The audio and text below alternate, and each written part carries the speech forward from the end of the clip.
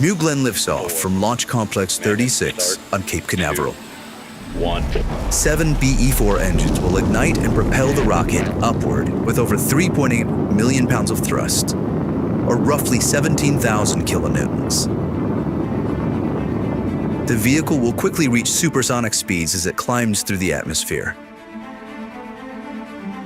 As the rocket ascends, it will encounter maximum aerodynamic pressure known as max Q at around 40,000 feet or 12 kilometers. This is the point at which the stress on the vehicle is at its highest. Around 3 minutes into the flight, the vehicle will turn off its engines, marking the end of the boost phase. Shortly after, the reusable first stage will separate and begin its journey back to Earth.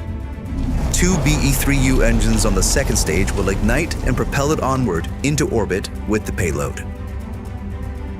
The reusable booster reorients in the vacuum of space using its reaction control system. At 220,000 feet or 67 kilometers, it executes an exo-atmospheric deceleration burn using its center 3 engines. These engines gimbal for maximum control of the booster. This burn slows the vehicle down before re-entering the atmosphere.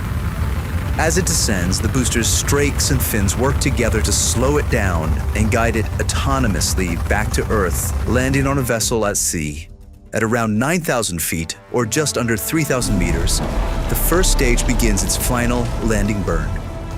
The 3 middle engines will light for 20 seconds, slowing the vehicle in preparation for the final descent. The 2 outer engines will turn off, and the center engine will execute the final controlled maneuver onto the landing platform.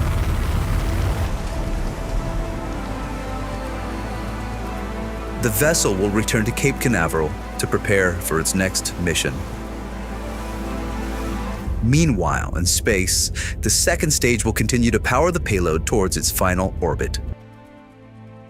At around 400,000 feet or 120 kilometers, the payload fairings will jettison. New Glenn will deliver an unprecedented range of payloads.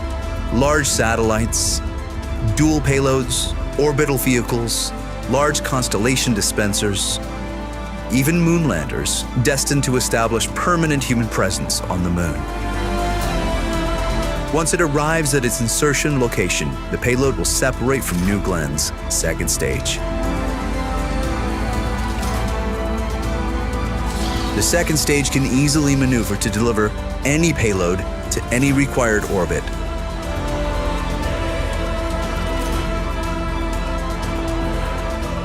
This is New Glenn. This is how we will build a road to space.